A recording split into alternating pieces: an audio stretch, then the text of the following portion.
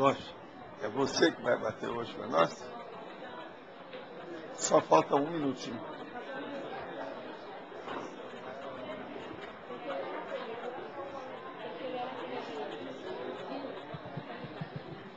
Isso tudo é um processo da Bolsa de New York. Sim, pregão da Bolsa. Pregão da Bolsa. Chega para.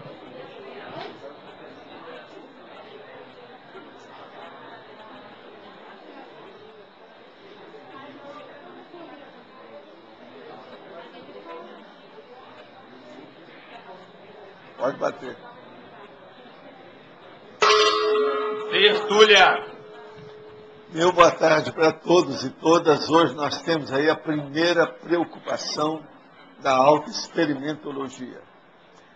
É a impressão inicial, vivenciada, ou atenção dirigida exclusivamente pela consciência ao conhecer alguém ou interar-se de alguma realidade ou algum fato. O capricho infantil, o engano da inexperiência, a consideração inoportuna, o desvelo pelo dispensável, o empenho pela aparência, o pichamento pelo desimportante, a ideia fixa deslocada, a observação desfocada, opinião antecipada ou extemporânea, o receio sem fundamento, as impressões erradas à primeira vista, o assodamento da imaturidade consciencial, a preocupação central surgida antes da hora, os sinais da preocupação capital sem razão, o patrulhamento a partir da priorismose, o excesso de zelo pelo pior, a absorção pessoal pela ideia secundária, a evitação de se priorizar o secundário. E eu li só a metade aqui, só da fatologia, para vocês terem uma ideia. Agora, tem uma série de logias, e existe aqui também a priorologia, que é em plena luta contra o apagão de ideias, ou blackout da inteligência. Eis, por exemplo, na ordem alfabética, 10 posicionamentos prioritários, mais racionais, para as consciências interessadas na evolução consciencial. Tem 10 aqui, são 10 logias técnicas.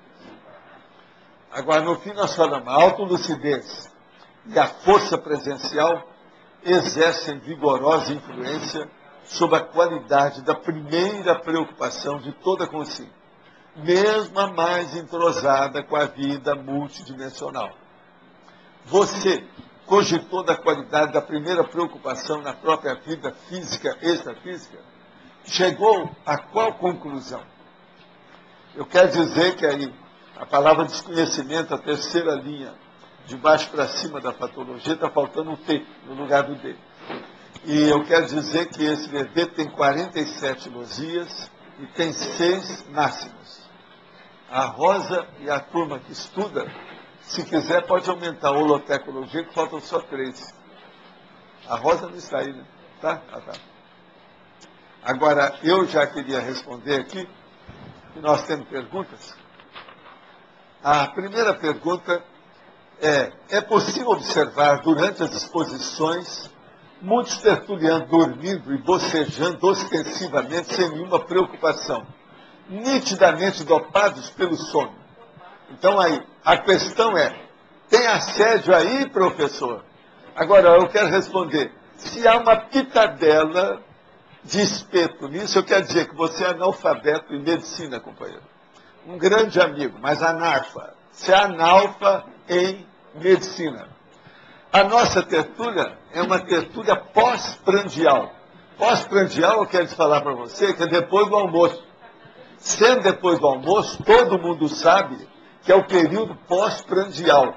Essa turma não tem, a maioria não está com assédio, não. Tem o almoço. Tem assédio aí, professor? Não. Tem almoço. Esse povo comeu. Então, todo o oxigênio ele fica mais centrado por causa do processo de sangue na área do estômago. Então, eles estão, na verdade, alguns deles aí, estão giboiando. Esse é que é o nome certo que você nunca ouviu falar. Outra coisa, a tertúlia é um pós-prandial. E, às vezes, para algumas pessoas que trabalham muito, como tem muita gente aqui, há uma siesta forçada. Agora, o que eu quero dizer, que eu já trouxe também aqui verbete sobre siesta. Mas para esse nosso amigo, que é analfabeto em medicina, eu quero dizer para você comprar isso que está na banca. Mundo Estranho. Para você isso é um mundo estranho. Olha só, Mundo Estranho. Página 39. Por que depois de comer a gente fica com sono? Porque o fluxo sanguíneo aumenta na direção do estômago e do intestino para ajudar no processo da digestão. E o sistema nervoso fica menos irrigado. Olha, página 39, eu fui lá em casa, eu recebi a sua pergunta, e fui lá em casa, já estava até com o meu aparelho de Robocop, mas fui lá para pegar essa revista, que é dessa semana, é desse mês. Mundo Estranho. Está nas bancas, tem lá, ficção científica, está na ponta. Agora, é bom que você veja a página 39, para você saber mais essa. Se você fez uma espetadela, a gente está te dando uma de volta, companheiro. Amiga para essas horas. Amizade, a gente fala tudo na cara. Pode mostrar a matéria, eles vão dar um zoom. Aqui, ó. E a matéria. A matéria está aqui, ó. Tem até o cara. Dá um zoom lá. Olha lá, porque depois de comer.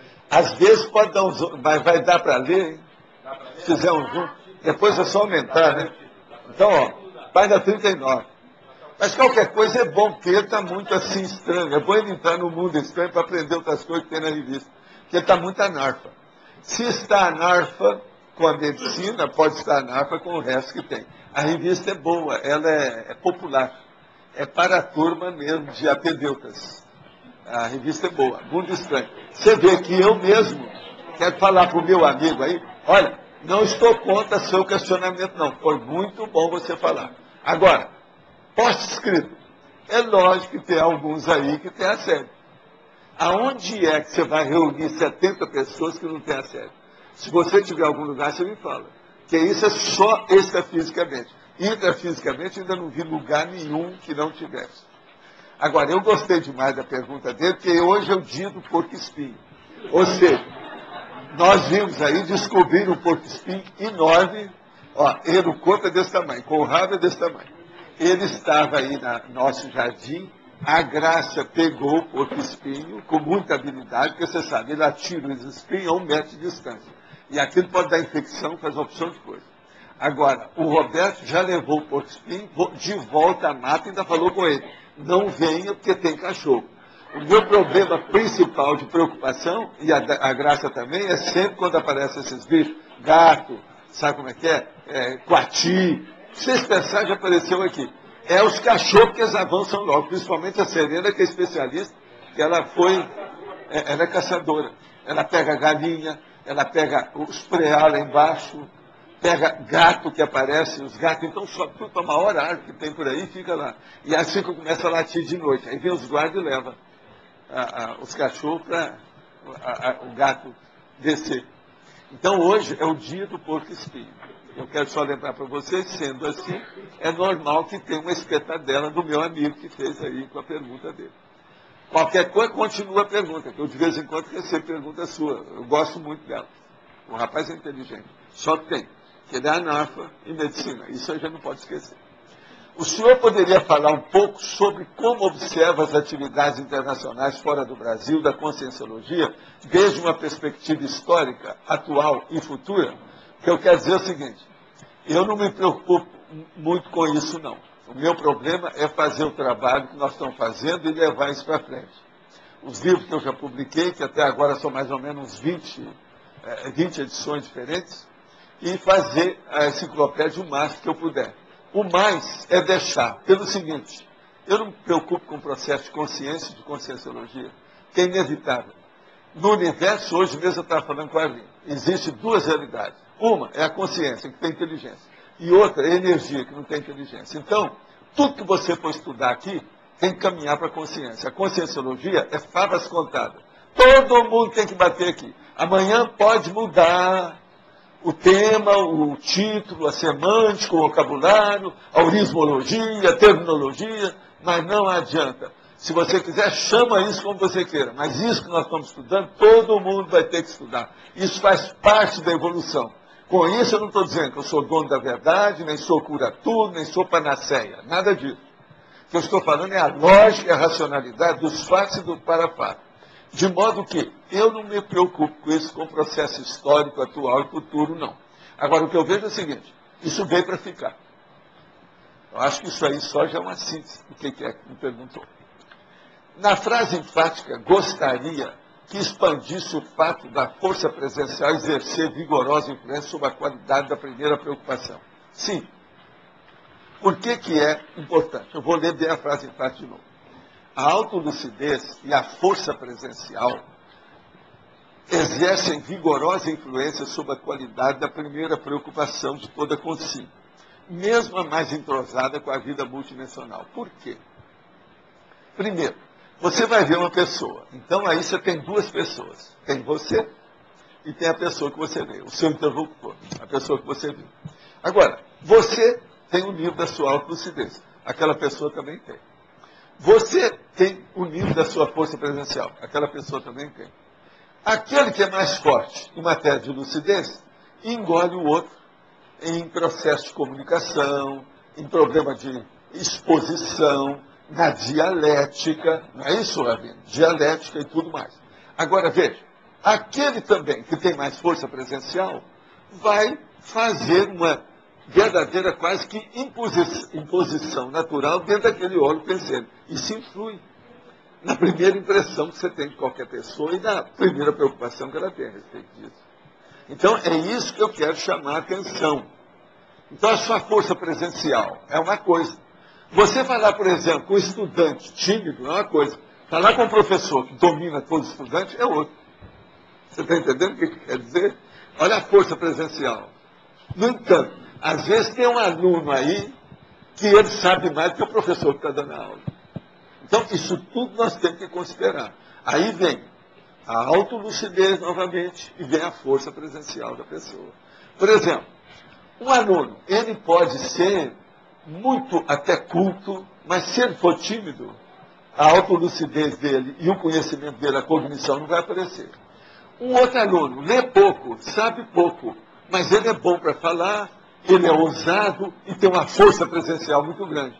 Aquelas ideias dele, às vezes, vão predominar sobre o outro, que sabe muito mais do que ele. Então, isso tudo é a primeira preocupação, que nós temos que levar em consideração. Tá certo? Eu não sei se eu respondi mais ou menos, eu acho que é mais ou menos tem claro, mais uma para a pessoa que perguntou. Nesse caso aí, você expôs um problema interessante de duas pessoas, né? Mas... Não, o que interessa mais são duas pessoas. É o que acontece mais. Não é com objeto, nem ambiente, nem ideia. Porque tudo isso, a primeira preocupação, você pode ter com o ambiente, pode ter com a ideia, uma instituição, você está entendendo? Um objeto, alguma coisa. Mas o que acontece mais é com pessoa. Então, você, por exemplo, você vai ver o seu pai. Se de ver se está certo. Vai ver sua mãe. Você vai ver se o seu sapato está limpo, como é que é. Senão ela vai fazer observação. Você entendeu? Tem uma opção de coisa assim. Você vai visitar o cara que você está querendo arranjar um emprego. Você já viu. Você vai ser comedido, com calma, vai mostrar com calma a sua personalidade. Isso tudo influi na questão da primeira preocupação que a pessoa tem. Qualidade da primeira preocupação toda consciente. Eu vou ler a definição, presta atenção. Impressão inicial vivenciada ou atenção dirigida exclusivamente pela consciência ao conhecer alguém ou interar-se de alguma realidade ou fato. Essa é a primeira preocupação. Agora, isso aí tem gente que fala que é o amor à primeira vista. O outro diz que é a primeira impressão que a pessoa teve. Então, às vezes, a pessoa cai de quatro. Se ela não for boa observadora, não tiver psicologia na ponta do olho, ou na ponta do nariz, ou na ponta da língua, ela não vai ver nada. Ponta do olho, ponta do nariz e ponta da língua. Você está entendendo? Acuidade, que chama isso. Interacuidade. Então, você olha ali para a pessoa e vê, não, aquele ali tem tantos anos. Não, ele veio de tal lugar. Só pela roupa. Toda pessoa é um livro aberto. Agora, o processo é preciso saber ler, né? A linguagem de ler a pessoa é a psicologia. Você pensa que sempre a questão da lucidez vai engolir a outra pessoa mais que o laringochakra? Mais. Por exemplo, às vezes, e como tornar... você usa o seu laringochakra demais, falta lucidez. Tá, então, Você tem que pensar mais sobre isso. Você é uma pessoa que precisa ouvir mais do que falar, que você já fala demais. Você sabe, você conhece a peça, você sabe o que é. Mas ele não deixe de falar. Não deixe de questionar. Isso pode faz deixar. parte. Eu vou falar. Pois é. Mas agora, precisa só o seguinte, precisa só de ouvir também, de vez em quando. Você sabe que ele é tão ansioso que ele não espera a gente acabar de falar. Nem você, Ele professor. atropela tudo assim. Eu não, eu sou obrigado a cortar para a pessoa não perder tempo e a gente aproveitar o tempo. Porque se eu deixar, é muita bobajada que sai nas perguntas. Eu sei. Tem que cortar às vezes. Opa, eu tenho que ser realista. Quem é que está na tertúlia aqui? Você sabe, eu sou o tertuliano maior. Como? É o chamado leão. Eu aqui sou o leão. Não sou do imposto de renda, mas aqui eu sou o leão. Eu tenho que honrar esse papel. Eu não tenho outro jeito. Tem? Não tem. Agora, tem a opção de leãozinho. Você é um deles. Ainda tem a profissão Como implementar? Qual que é a profissão? Qual que é a sua profissão? Eu sou professor de educação física, só que eu estou trabalhando com vendas. Exercício. Continua Falando nisso, Você já foi viva o eleito, amigo. você já foi eleito o funcionário padrão do mês, já? Não, Você vai acabar, outra coisa, você ganhou o primeiro lugar de venda do mês? comecei faz pouco tempo. Ah, então você vai chegar lá. Você é capaz. Eu confio em você. Não, Isso aí falando- pra você, ó, fichinha. Vivam amigos da enciclopédia. Mas olha, o que você queria, Aline? Professor Valdo, dá para explicar a relação, até que você comentou ali com ele, a síndrome do ansiosismo com a primeira preocupação? A síndrome do ansiosismo é isso aí. São as pessoas que vêm falar comigo e que atropelam tudo. Uma outra, às vezes, ela cai. Então, por isso que eu tenho lá a caixa de lenço de papel. Não tem lenço de papel. Aquilo é ansiedade. A pessoa vem e vai falar comigo e fala assim, esqueci tudo que eu ia falar. Você já ouviu isso lá, já? Você já viu isso. Agora, qualquer um é assim. Professor com aluno, acontece demais isso. Por isso que eu falo, anote tudo para falar comigo. Quantos anos que eu falo isso? Anote tudo antes de vir falar comigo, que assim a gente vai direto aos finalmente. Não fica nos prolegômenos. E aí eu vou gastar menos lenço de papel. Entendeu? O choro faz parte. Hoje mesmo eu atendi várias pessoas. Uma delas não deu nem tempo de usar o lenço de papel. Mas ela saiu segurando as lágrimas. Agora, outra coisa. Eu quero dizer para vocês que eu não como criancinha. Eu não bato em ninguém. Não dou tapa na cara. Não dou beliscão em ninguém. Então, você veja, tudo é um processo de ideias aí. Tem nada a ver comigo, tá certo? Hoje eu atendi uma meia dúzia de pessoas. Eu nem pude pegar nos meus papéis. Você viu? Eu nem peguei nos meus papéis hoje. Não deu tempo. Ficou para depois. Mas às vezes é preciso.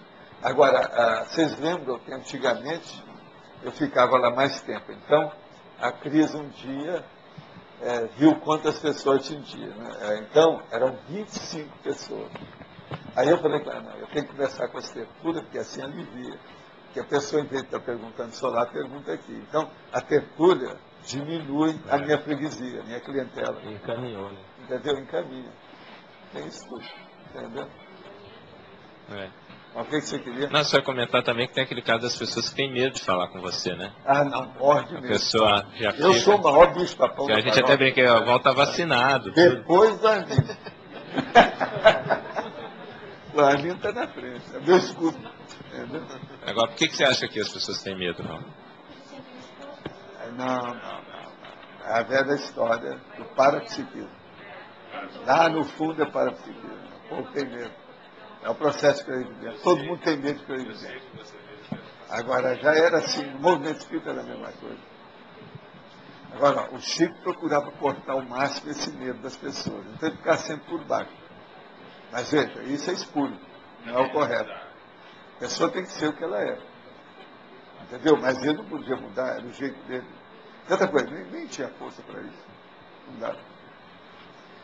Mas, Fábio, Na patologia terceira linha, eu queria que você analisasse melhor essa ideia fixa deslocada. A ideia fixa deslocada, ela é fixa e não tem nada a ver com isso. É aquela pessoa, por exemplo, que vem para cá e que continua a fazer o Pai Nosso.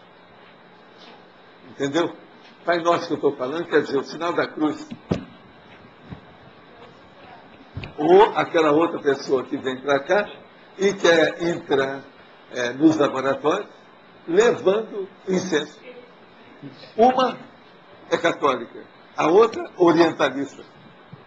Agora, Entende? Cada um tem. Agora, a ideia fixa. a ideia fixa que não é deslocada. Que não é deslocada. A ideia fixa, se ela é fixa patológica, ela é sempre Acho que é deslocada. sempre deslocada, Sempre. parece. Sempre. Mas agora, o que eu quero chamar aqui da ideia fixa deslocada é para chamar a atenção do que ela cria como escândalo, como chama a atenção, o show que ela dá. Por exemplo, a dona, quando veio para usar um negócio para cheirar dentro do laboratório, foi um escândalo. Todo mundo deu em cima. É justamente o contrário, nós estamos fazendo o laboratório para acabar com as muletas. Agora a pessoa vem com incenso, que dá câncer. Incenso dá câncer. O que tem? Na quinta linha também, o patrulhamento a partir da priorismose. Bom, o patrulhamento parece que sempre tem a priorismose. Né? O patrulhamento a partir da priorismose. Sempre tem cada ideologia, mas eu quero chamar a atenção disso. Porque pode ter um patrulhamento que começou no dia de hoje, baseado nas coisas que existem. Então ele pode ser simultâneo, uma coisa que foi criada hoje. Agora, o que eu quero chamar é da priorismose, porque aquilo, ele é carregado, ele já vem há muito tempo, ele tem um lastro muito grande. Você está entendendo? Lastro. Se quer dar destaque que existe muita priorismose. Pois é, não, o lastro é muito grande, de muitos anos. E essas coisas existem. Mas existe... Tem um monte de gente que vem para mim com um patrulhamento, você sabe. Eles já chegam para falar aqui comigo, já tem um patrulhamento para chegar. Aí eu vejo o jeitão da pessoa, procuro desarmar. Às vezes eu consigo, às vezes não. Agora, esse patrulhamento, geralmente... Ele está defendendo alguma ideologia. Mas sempre parece que tem fundo dogmático, é isso? Sempre. Ele está defendendo a ideologia. E a pessoa acha que ela é dona da verdade, etc. Tal, então ela não admite. Agora, quando eu vejo que a pessoa é assim, de cara, eu já falo, olha, nós aqui somos democratas. A porta está aberta para qualquer pessoa que chegar aqui. Do materialista até o genocida. Se ele chegar, a gente vai assistir. Isso faz parte de mim. A humanidade é composta desse elemento. Todo elemento da humanidade é irmão da gente. Mas eu estou vendo, por exemplo, no Brasil, hoje em dia, está prevalecendo o patrulhamento da esquerda. Não, isso sempre foi da esquerda. E de religião. Por causa da universidade. Eles sempre colocaram da esquerda, porque a esquerda é que mexe mais com o povão, os pés de chinelo e a situação toda. E no Brasil, atualmente, você tem que lembrar que o homem que está lá criou um partido que é na base do sindicalismo. E quem manda nele atualmente, até o MST tem mais força do que ele. Então, o troço tem que ser da esquerda mesmo. Agora, outra coisa. Ele está voltando a desdizer as coisas que ele falou lá no fórum. Você viu que ele, agora, ultimamente, certas declarações estão mais abertas. Eu não sei o que houve. Eu não sei se foi a esquadra americana que veio para a costa, não sei se é isso. Mas esses dias foi falado aqui sobre essa questão do New West, que eles estão querendo pegar tudo pelo marxismo. Isso não deixa de ser patrulhamento. Né? Tudo é patrulhamento. Nunca houve tanto patrulhamento na Terra como atualmente. Depois vamos dizer, da Revolução Francesa, houve muito patrulhamento, principalmente na França. Mas o que tem atualmente no mundo, nunca houve tanto. Por quê? Por causa da mídia. Olha só o que é que tem, por exemplo, na internet. Olha os Orkut, olha os blogs da vida. Tudo tem patrulhamento. Isso aí faz parte do serviço. Uma outra coisa. Eu não acho que isso seja errado, não. É errado em si. Todo patrulhamento é errado. Mas eu não acho que o acontecimento em si seja um retrocesso. Não é. Por quê? Isso é um aumento da polêmica, é um aumento da controvérsia, é um aumento do questionamento. Se tem questionamento, tem mais possibilidade de pesquisa. Então, para nós é ideal, porque o problema duro é a hora que tem um faturamento que não pode ter pesquisa, que é o caso, por exemplo, da China, onde tem uma ditadura. Agora, nós aqui estamos numa democracia, querendo ou não, e o negócio funciona. Por exemplo, o Lula, a gente tem que bater palma para ele por isso, querendo ou não. Aqui é uma democracia. Aos trancos e barranco, ela, vamos dizer, manca um bocado, ela é um pouco trôpega, mas é. Eu quero comentar aquele instituto, não me recordo agora o nome, de economia, que eles estão tirando todos os especialistas e colocando só o IPEA, né? E é a questão do patrulhamento mesmo. Que o diretor lá bateu, quem que é aqui liberal? Não você quer maior patrulhamento dos PhDs e PhDs na universidade? Fazendo aqui. Não, vamos falar para mim. Você quer mais patrulhamento do que o PhDs e PhDs na academia, nas universidades? Tem que entrar lá se é do clube, senão não é. E todo mundo, para entrar lá melhor, tem que ser marxista. A maioria do Brasil. Agora, por exemplo, ontem eu vi na televisão que o Lula estava falando indiretamente, não falou muito abertamente, mas indiretamente a favor de educação. Isso já é alguma coisa. Você está vendo? A gente tem que ter esperança, que é a última que dessoma. Nas piores coisas, do pântano mais fedorento pode nascer um lírio. Tudo é possível. Entendeu? Eu vi isso ontem. Agora, eu só quero ver aquele povo que faz o patrulhamento para defender as coisas do Lula da Rede Globo. Vocês viram que a Rede Globo, as revistas dessa semana mesmo estão falando, inclusive o Carta Capital está falando, que eles foram vendidos porque o Lula ajudou a dívida da Rede Globo. Então eles mandaram maneirar e todo mundo que estava contra o governo, eles tiraram também das lideranças da mídia da Rede Globo. Então aí você vai entender aquela nossa amiga lá que fica babando com o Lula, que eu não suporto. Eu não dá para ver. O nome do programa é Fatos e Versões, é de vomitar. Aquele é total, que ela é de escorrer. É Fatos e Versões. Olha lá, Canal 40. São os 40 ladrões. Você sabe quem é o Chetão. O Alibaba ficou fora. É o Canal 40 ladrões. Lá tem muito que é assim. Tinha um que dirigia antes, que atualmente dirige lá, é um ministro. Esse, então, era baboso também. Agora, veja, tem da sua razão quando aparecem os caras doidos, igual o Mainardi, para falar desse povo, não tem? Tem. Porque a situação é precária, é muita patrulha. O Mainardi, essa semana, inclusive, está falando lá do Luiz Nassif, explicando tudo que ocorreu lá, que o Luiz Nassif está combatendo a Veja, né? Mas por que ele está fazendo aquilo? É incrível. Mas agora, eu não cheguei a ler. Ele está falando a favor do Nassif ou contra? Contra.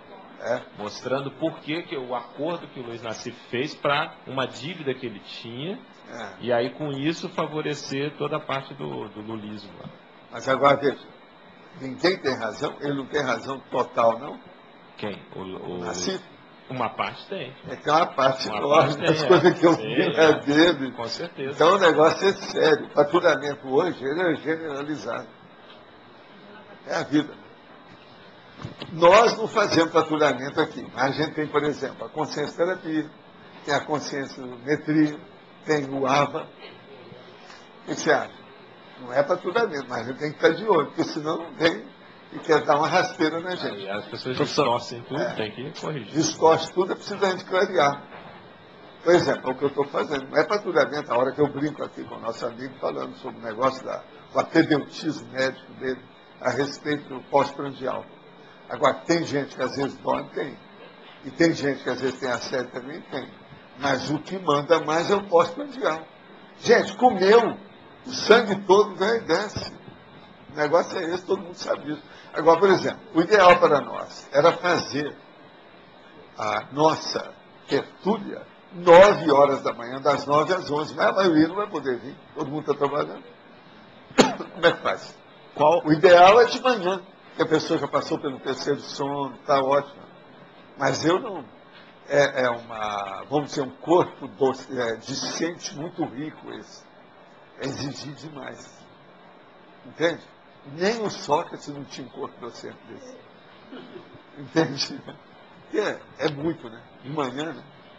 Já pensou você ter aula de manhã? É a melhor coisa que tem. Agora, tem que ver, tem aquelas pessoas também que não vão dormir, porque é aquele cara que acorda às 7 e só começa a despertar às 11. Então, isso também tem que dar um desconto. Né? Mas, de qualquer maneira, de manhã, a chance de ter mais lucidez é maior. A questão da primeira impressão, né? Você não pôs aqui nos sinônimos, mas está dentro da primeira preocupação que tem que ser analisada? Até um certo ponto. Agora, eu não quis chamar muita atenção disso, mas olha, o que é que eu falo? Primeiro interesse, primeira atitude, primeira postura, primeira manifestação, primeira iniciativa, primeira reação, primeira afirmação, primeiro enfoque, primeiro passo, primeiro expediente. Não, mas assim, a primeira impressão, ela fica dentro da técnica da primeira preocupação? Até um certo ponto tem relação. É aquela primeira... Ele fica, olha tudo, essas 10 coisas que eu dei. Você vai entender. E qual que é a técnica assim, que você usa para analisar? A primeira é o seguinte, não precipitar nunca. Nunca. Só se é uma coisa que você já está rebatido, você já está cansado de saber. Mas se o negócio é a primeira vez, examina tudo. Você já viu como é que eu recebo o povo lá? Seja quem for. Não, eu fico de olho. Não falo nada. Quero ver primeiro. O que você quer? What I can do for you. É assim que eu não tiro nada. Agora, é lógico. Eu olhei para a pessoa e já tenho uma impressão. Mas eu não me preocupo com isso. A minha primeira preocupação vai ser o que a pessoa veio, o que ela quer, para eu poder atendê-la. Porque existe aquela coisa... A primeira preocupação é o diagnóstico. Que é a primeira ideia... Caso, é o diagnóstico. A primeira ideia que está na cabeça, a primeira impressão, geralmente ela é mais intuitiva, ela vai mais no... Não, mas quase sempre você erra. A maioria erra. Na primeira? Não é por aí. Como? A primeira impressão, quase sempre você deve seguir. Você não deve julgar, descartá-la. Mas só ela não serve, não. Na sua avaliação. Se a gente for fazer isso aqui com o nosso povo, que são mais sofisticados, você cai no buraco. A impressão, a aparência engana demais. Não é bem assim, não. Aqui tem um monte de gente mais inteligente que você olha para ela e não dá valor nenhum. No entanto, é acima da média. Eu não vou falar nome de ninguém.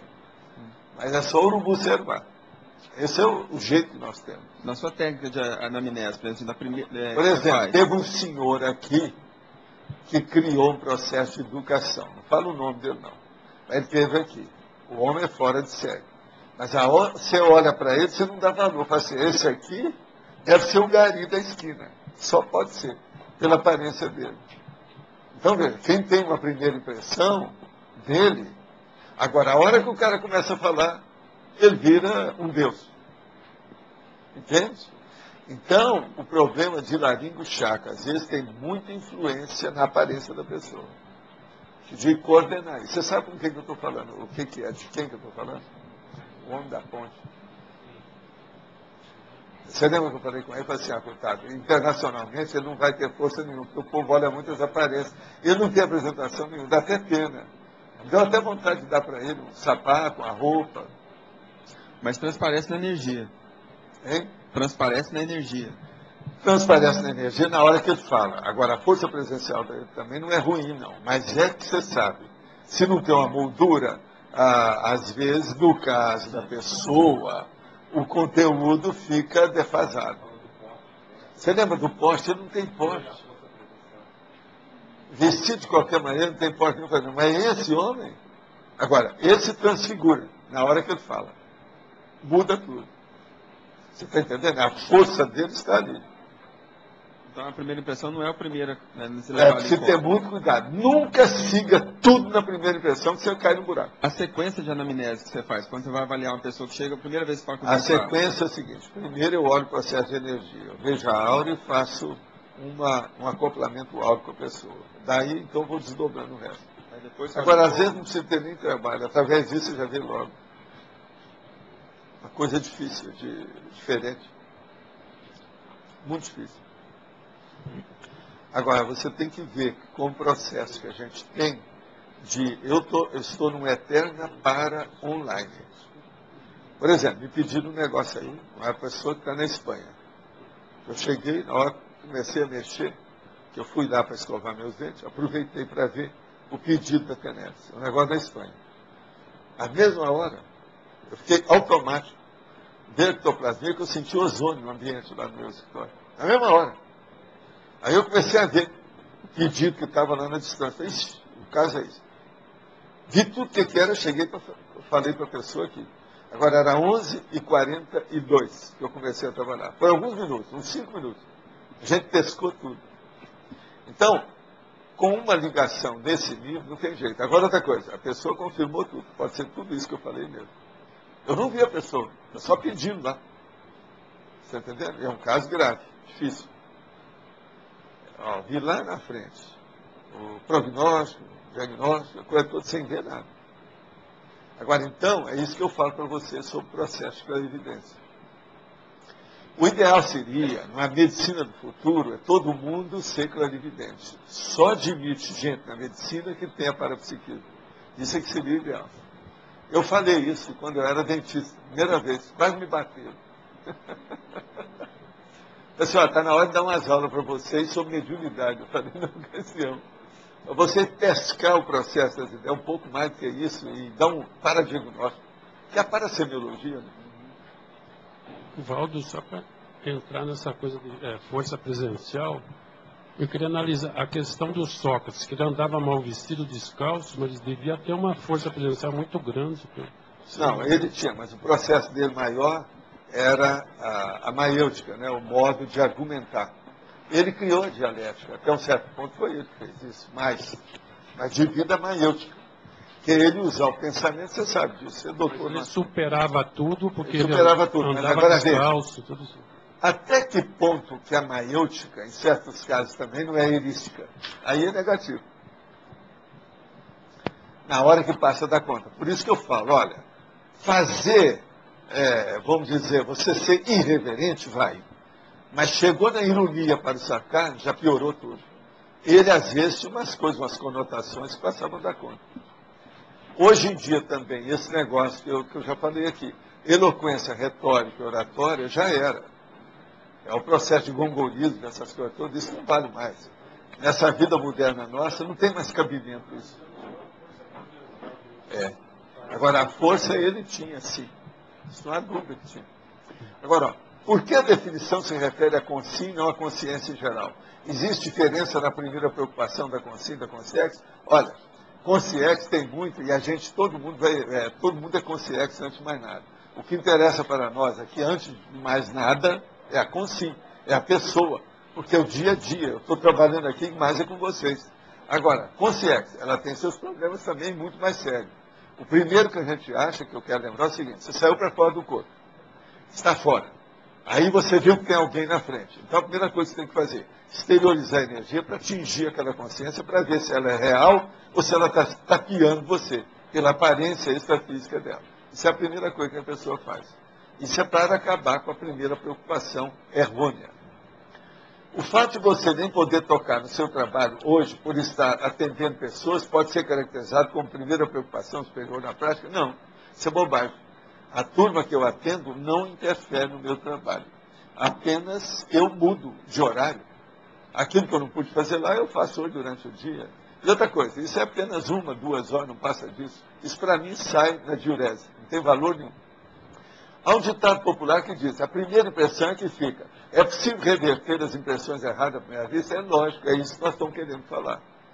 Olha bem, leia bem o que está escrito na sinonimologia. Tem 10 coisas primeiras aí para chamar a atenção. Eu li aqui agora há pouco. Examina isso. Se nós formos seguir a primeira impressão, eu conheço um monte de gente que já fez bodas de prata, quer dizer, estão casados há mais de 25 anos. E a primeira impressão foi de briga. Não se deram bem de cara. Eu conheço vários casais assim. No entanto, hoje, eles se amam, vivem bem, têm família crescida, um monte de trabalho realizado, tudo. E a primeira impressão, se eles tivessem seguido, estava no buraco. De modo que amor à primeira vista é exceção. Nem sempre é assim. Outra coisa, amor à primeira vista só de um lado, não adianta também muito. Eu quero ver o amor à primeira vista de ambos.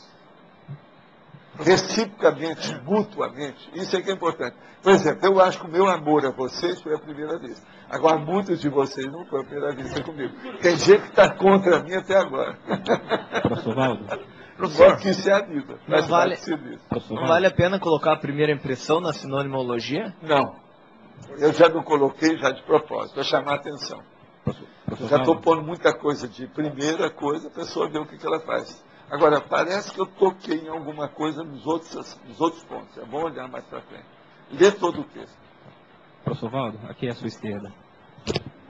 Qual seria a primeira preocupação relacionada à reeducação da afetividade? A primeira coisa que a pessoa tem que fazer Sim. é ela pensar que aconteça o melhor para todos. Eu sou membro da humanidade. Eu amo a humanidade. Eu tenho que caminhar para a mega fraternidade. Com isso, ela vai acabar com toda desafeição, ira, ódio, ojeriza, mágoa, ressentimento. Essa é a primeira coisa que a pessoa tem que fazer. Tudo que cria problema para nós em matéria de afetividade deriva do ódio. O ódio deriva do egoísmo. O egoísmo é que exalta o processo do orgulho. Se você combater seu egoísmo, tudo mais melhora. Entende? Entendi. E na fatologia aqui, na quinta linha de baixo para cima, o senhor tem aqui a mini trava evolutiva. Mini trava evolutiva. O senhor poderia falar um pouco mais exemplos? Sim. Por exemplo, tem aquela pessoa que está há muito tempo, ela trabalha bem, etc. tal, mas ela não cuida dos dentes. Eu sou dentista. Eu sei, já estudei isso demais. Isso às vezes é uma mini trava na vida da pessoa. Ela vai pedir um emprego, mas os dentes dela estão tudo alterados, está para trás. Agora, eu já vi na Argentina pesquisador desdentado, já vi em Portugal, entende? Um monte disso. Agora veja, isso é mini trava. Isso aí atrapalha a vida da pessoa. Ela não é bem construída. Por quê? Olha, a pessoa, o asseio pessoal, a apresentação da pessoa, os dentes que ela tem, uma higiene mais ou menos relativa, isso faz parte do respeito que você tem aos outros. Não é a você. A coisa mais séria é os outros. Eu tenho que andar aciado, não é por causa de mim, que eu estou pouco ligando. A gente pode viver muito bem sujo. Isso é aquela dona que falou, a Terron, aquela atriz, que ela falou, não, eu sou uma pessoa que tem uma personalidade muito forte, porque eu sou capaz de passar uma semana sem tomar banho. Quer dizer, a pessoa a Terron. Agora, o que é que se passa? Ela está certa sobre isso, do ponto de vista de se manter na sujeira. Mas o problema é o outro. É o problema do sujismundo. Nós temos que ter respeito para não ser sujismundo. É o sujismundismo. Entende? Você sabe daquela história, que eu até já publiquei alguma coisa sobre isso, a gente tem lá no Cosmograma. É o cara que era um alemão, que chegou aí, quis embarcar no avião, eles não deixaram, porque estava fedendo demais. Você sabe da história. Isso é no Brasil. Agora veja, o Brasil e a Alemanha. O cara da Alemanha, mas você sabe, Alemanha, França. Na França o povo não toma banho, eles jogam perfume. Então vai fazendo camada. A hora que vai tirar, o cara perde o peso. Então, por exemplo, ele vai ver que às vezes está aumentando o peso, vai ver que ele está sujo. Limpa, ele fica muito mais leve.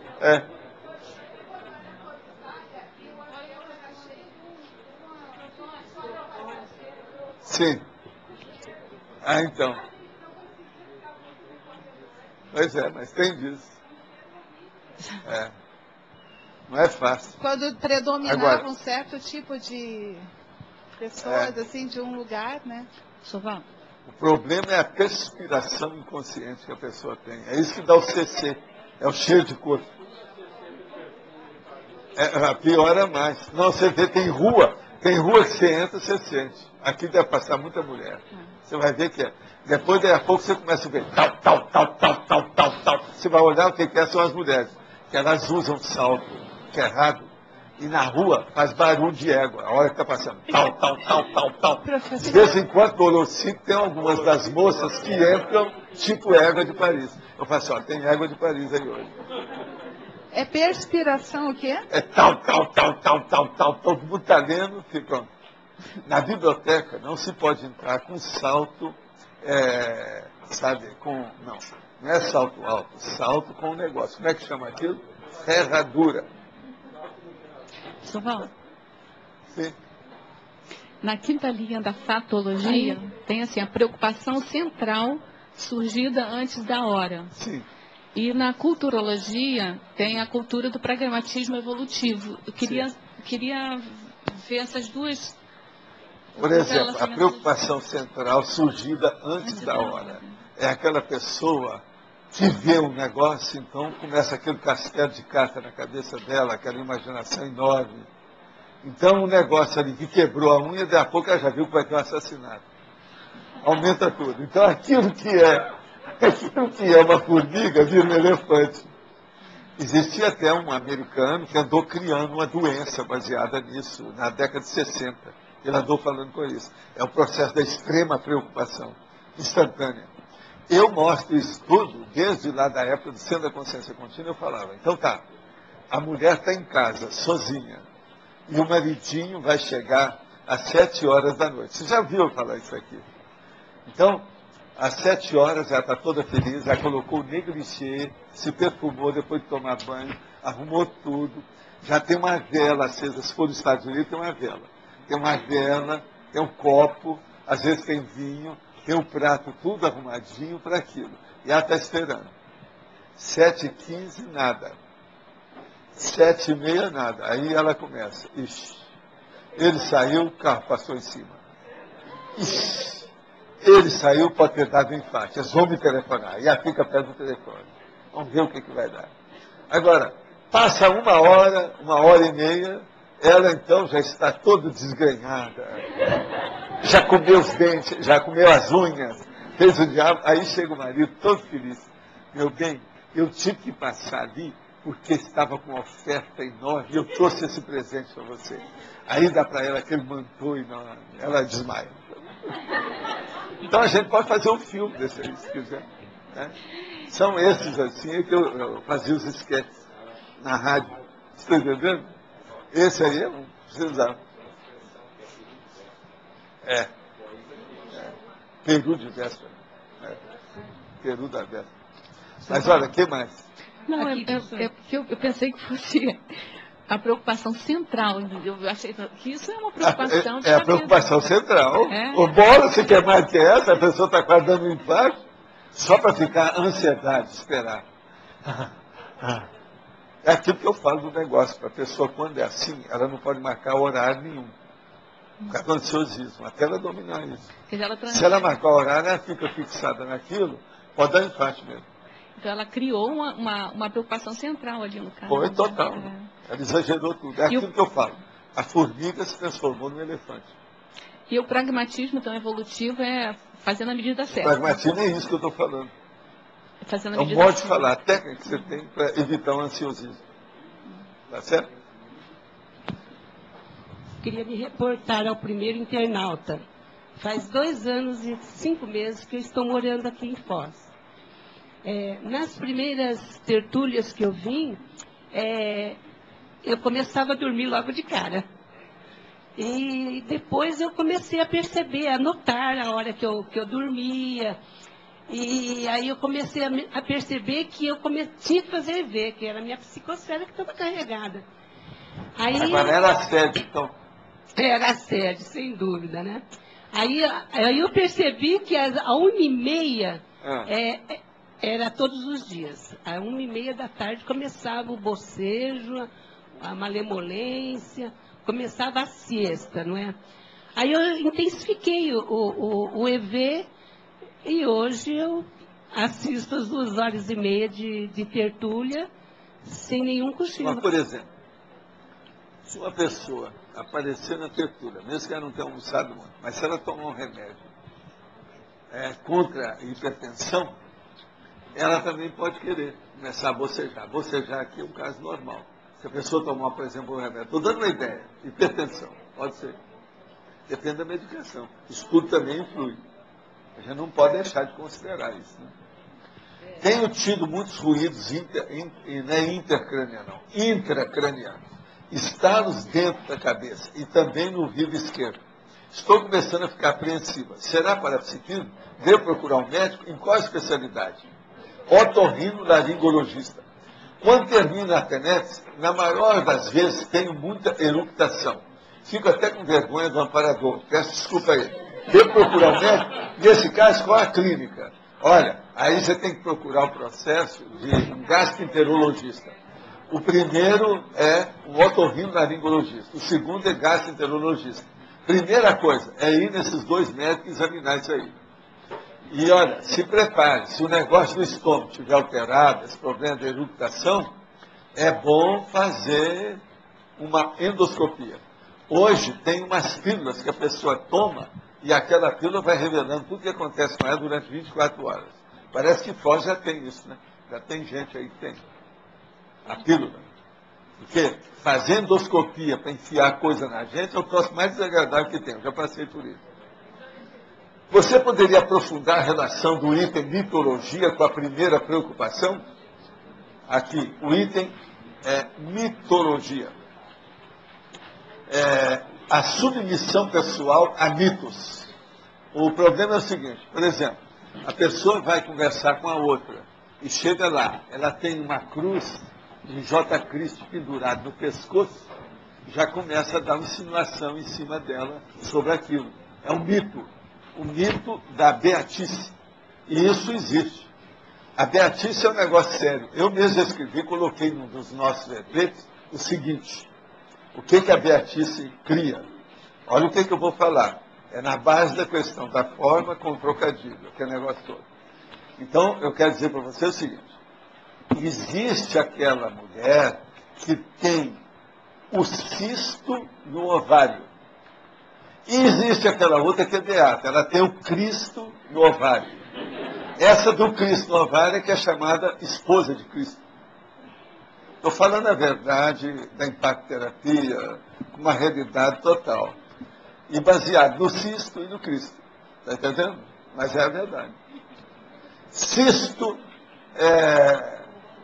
de ovário é muito comum. Agora, ó, existe outra coisa de mulher que é bom também a gente chamar, que às vezes a gente fala muito aqui contra os homens. Então é bom também lembrar. Esse também eu já coloquei, isso também está na enciclopédia, tem um lugar lá. É o seguinte: existe o Clube do Bolinha, aonde eles promovem seminários. E existe o Clube da Lolozinha, aonde eles promovem ovulários. Vê se me entendem. O seminário vem de semente, vem de sêmen, essa coisa toda, que é o processo para frutificar. Agora, você quer mais óvulo para frutificar? É mais do que sêmen. Então tem o sêmen e tem o óvulo. De modo, ó, vou repetir, que vocês nunca ouviram falar nisso, possivelmente. Então, o Clube do Bolinha promove seminários. O Clube da Luluzinha, que é só mulher, promove ovulários. Não vem que não tem, porque está perfeito. Está dentro da realidade que está aí. Alguém quer reclamar? Ivanilda, alguma coisa? Quem é mais aí das feministas? Tânia, você, Tânia? Quem é mais aí? Cadê aquelas, as feministas? Ovular é de óvulo. Vai me dizer que é estranho? Não é perfeito?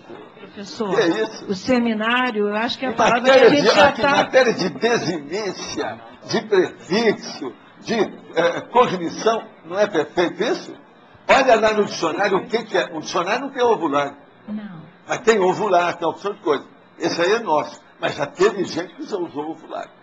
Agora, eu já vi autor usando. Mas não tem dicionário. O seminário é simpático. O ovulário não é simpático. Eu não estou perguntando sobre simpatia. Eu estou falando sobre realidade. Professor, quando a é gente a fala... vovozinha. Não é simpática ser mulher. Você está defendendo o óvulo. Estou defendendo... Para mim, eu acho bacana. Por exemplo, ovulário é uma palavra mais bonita do que seminário. Não. Eu acho. Para mim, é questão de... Fazer uma votação, professor? Vamos fazer uma votação? Vamos fazer uma votação? É questão bom gosto, né? Cada um tem o seu. Agora, ovulário e seminário. Ô, Márcio, não está dentro do assunto? Valdo... Um é de semente e sêmen. O outro é de ovo e óvulo. Está perfeito. Podia explicar. Ovo e semente é a mesma coisa. Só que o ovo é de mamífero. Não é bem mamífero, mas mais ou menos, né? Até nós somos mamíferos, a mulher, e no entanto, ela tem ovo. Mas agora, outra coisa é o seguinte: semente é de árvore. Valdo, no caso da Luluzinha, aqui você podia explicar, na prática, elas promovem seminários do quê? Elas promovem, no caso, são ovulários, né? Mas sempre sobre... Elas iam promover, por exemplo, a EBRA aí não é uma associação de escritores de alto nível, tem feito uma opção de promoção, inclusive esses livrinhos que eles têm publicado, que a Flávia, a própria Graça já participou, aquele é um ovulário. Você vê só mulheres escrevendo, do início ao fim. É um estrogênio violento. E outra coisa, você tem que lembrar que essa é uma sociedade de escritores literatas. São literatas. Tá certo? Então você já viu, entrou literatura, é lógico que faz parte do umbilico chakra, estrogênio, vida vegetativa, procriação. Agora, as procriações são inteligentíssimas. Tem muita piada lá interessante, tem uma opção de coisa. Quem ainda não vê esse livro, é bom ver. Parece excelente esse livro aí, não vende? Quem quiser ver, é bom dar uma olhadela. Vocês vão ver o que eu estou falando de ovulário. Professor Valdo. Sim.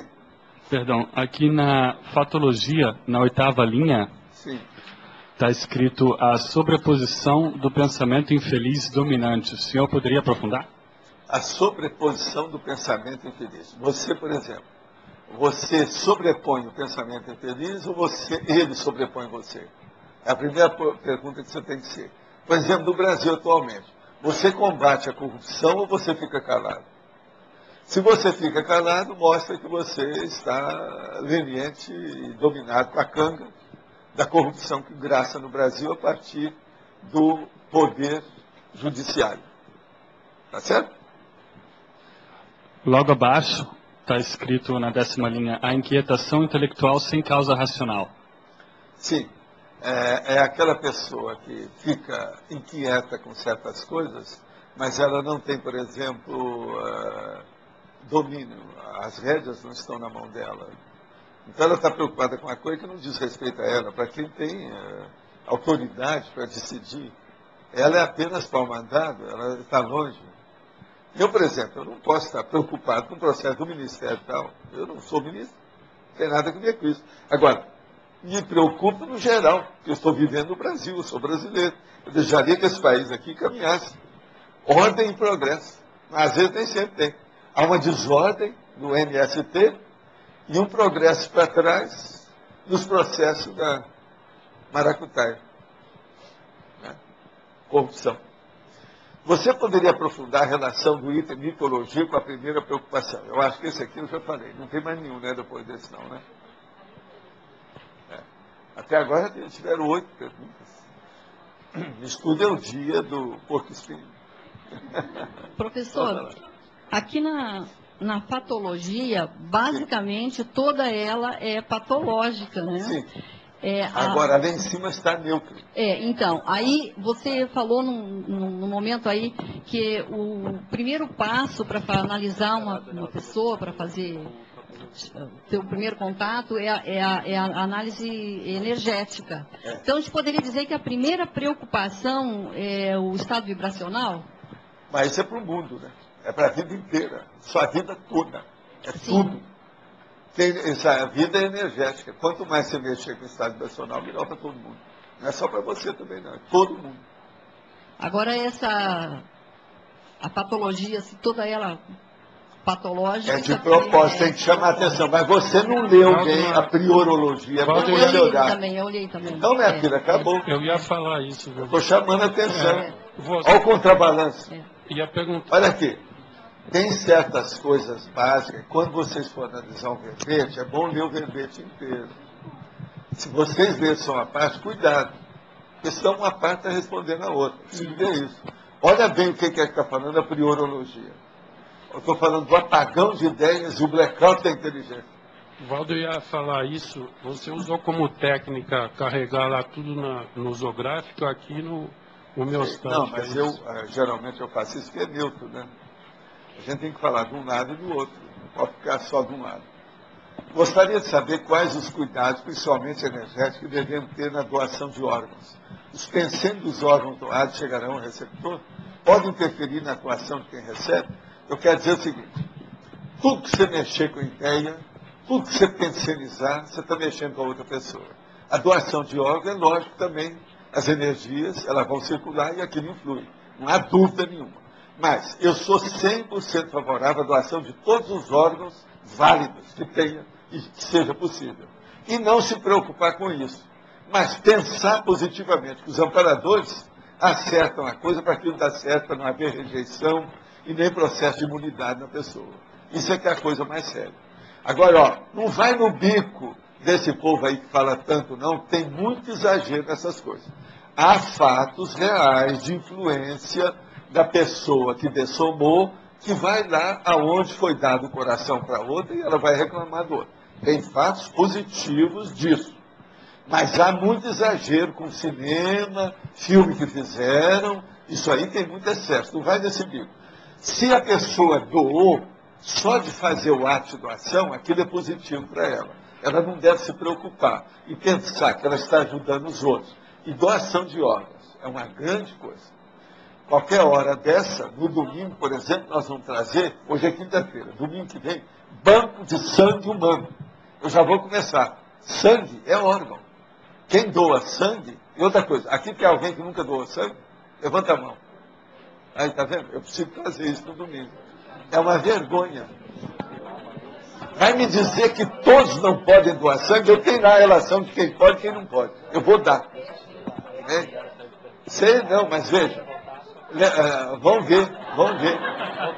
Pois é, preciso examinar por quê.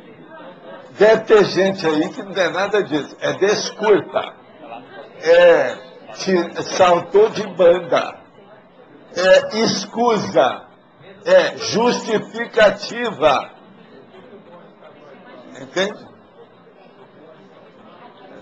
Agora vamos examinar então bem isso.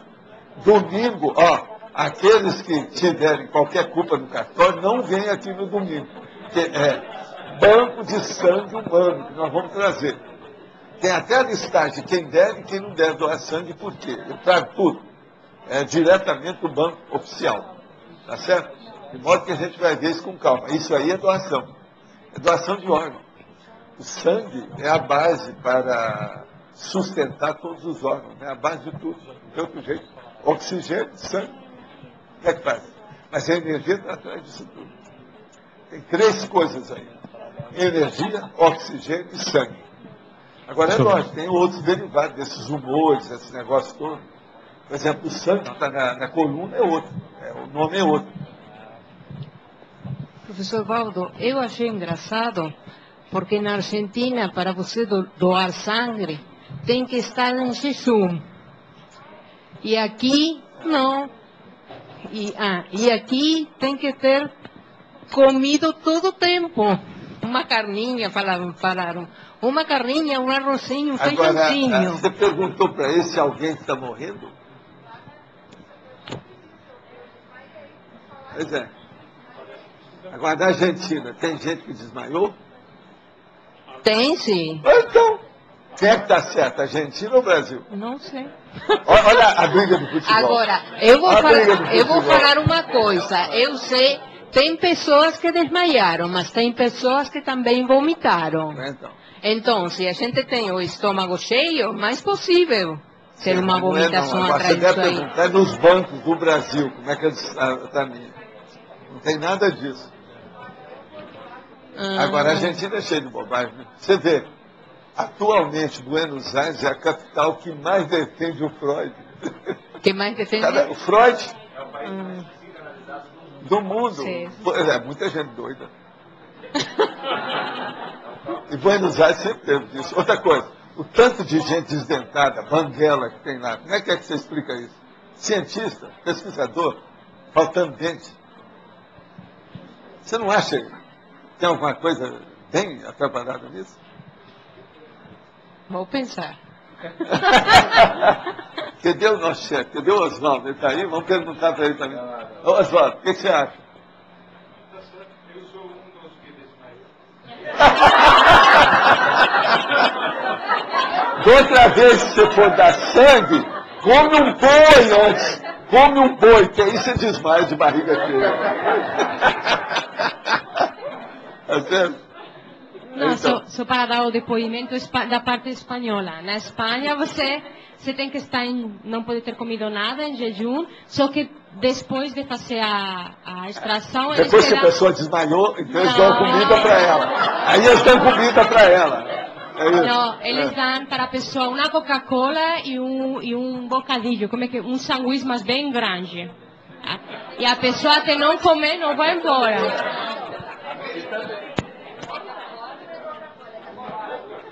O professor falou sobre doação de órgãos, que é muito favorável. Minha dúvida, mesmo em caso do tenepsista, lógico, todo mundo deve doar. O tenepsista, então, ele está dando pouco, ele está dando só energia, pode dar sangue. Outra coisa, todos aqueles que têm alguma coisa em torno da barriga têm que doar mais, mas tem que fazer um exame antes. Então, todo mundo que tem pochete no umbigo deve doar sangue, depois de examinado pelo médico. Tá certo? Eu estou fazendo uma campanha pró-banco de sangue aqui. Você sabe, é um monte de banco que eu vou trazer oportunamente. Esse aí é só para começar. Tem mais. Eu não sei se nesses nossos aqui tem algum banco. Não, ainda não tem. A gente vai começar a pintar os bancos aí. Tem um monte deles. Osvaldo, parece que tem gente que não está entendendo o que significa quando a gente lê os verbetes, verbete antigo e verbete novo. Acho bom na hora aproveitar que você está falando isso para esclarecer. Aqui, não precisa de ler, quando for ler aqui, verbete antigo e verbetes novos. Às vezes tem isso dá confusão para a pessoa, mas eu tenho que colocar para o povo saber. Eu não posso deixar de escrever aqui. Mas agora o problema todo é o seguinte, as pessoas, de modo geral, quando for ler, tem que ler antes, porque lê tudo errado. Então você tem que passar... O percentual que eu contei durante a temporada é de 30% de Então, erro. Osvaldo, você passa antes para a gente, então, a folha. Aí a gente dá para a pessoa já lê antes. Mas o problema todo é esse, não. A folha está sempre aqui, ó. Eu posso dar na hora. Isso. Posso ficar com ela. É melhor. Já deixo separado. Melhor. Agora, o problema é a pessoa ler antes. Se ela não entender, Exato. perguntar. Tem que estudar. E outra coisa, a maior prova dos erros das pessoas não é nada a pessoa que lê, é a pessoa que escreve aqui. Vocês agora estão ignorando, mas todo dia tinha alguma coisa errada. Porque tem certas palavras que eu uso, que são um pouquinho avançadinhas, que é para confundir mesmo, que às vezes a pessoa nunca ouviu falar naquilo. E ela troca uma coisa por outra. Ontem mesmo tinha gente que escreveu futurologia. Futurologia. Pois é, ontem alguém falou. Estava querendo que a gente fosse estudar futurologia. Não, mas foi... Para essa pessoa eu quero dizer uma coisa. Futurologia, hoje o nome é prospectiva. Essa palavra, ela está prostituída. Melhor é prospectiva. Estou só dando uma dica. Não, tem muito... Mas não tem nada aqui de prospectiva nem de futurologia. Não, mas só para esclarecer que quando a gente fala verbete antigo, não é que o verbete é antigo, é que o verbete não ficou eleito. Ele é antigo, sim. E o Valdo já traz verbetes novos. Ele é antigo, porque às vezes passa meses sem sair na mesa. Tem que ser novos e antigos. O que eu vou pôr? Eu não vou pôr. Tem outro nome? Vou colocar que é velho? Não, não é. Ele é antigo. É o verbete que não ficou eleito velho, na hora que saiu. Ele é caduco. É encanado. Eu não vou pôr. É antigo mesmo. Encalhado, é melhor. Verbete encalhado. Essa questão de ideias chamava isso de alcaide, em português. Não é prefeito, não. Alcaide são os alcaides. São os livros, por exemplo, que não venderam. Então ficou, você está entendendo? Lá, guardado. Pessoal, com relação a essa condição da primeira preocupação, a gente pode dizer assim, que aquilo que vem na cabeça no primeiro momento é isso, né? Vamos dizer assim, você olha para uma pessoa e aí vem aquela primeira ideia. Não, mas às vezes pode ser, depois que ela examinou bem, ela começa a ter preocupação com aquilo. Aquela muda às vezes que ela ia fazer, tudo depois que viu a pessoa. Entendi, mas eu fiquei querendo saber se era uma coisa assim mais refletida ou uma coisa mais instintiva. Depende da pessoa, as duas coisas. Pode ser as duas coisas, né? E normalmente, por exemplo, sendo a mais instintiva, né? No caso, mais assim, imediata. Tudo que é instintivo leva na cabeça. Isso é aquela mulher que chega para assim, eu sempre sigo a minha intuição. Espontânea. Essa é artista. Artista que é assim.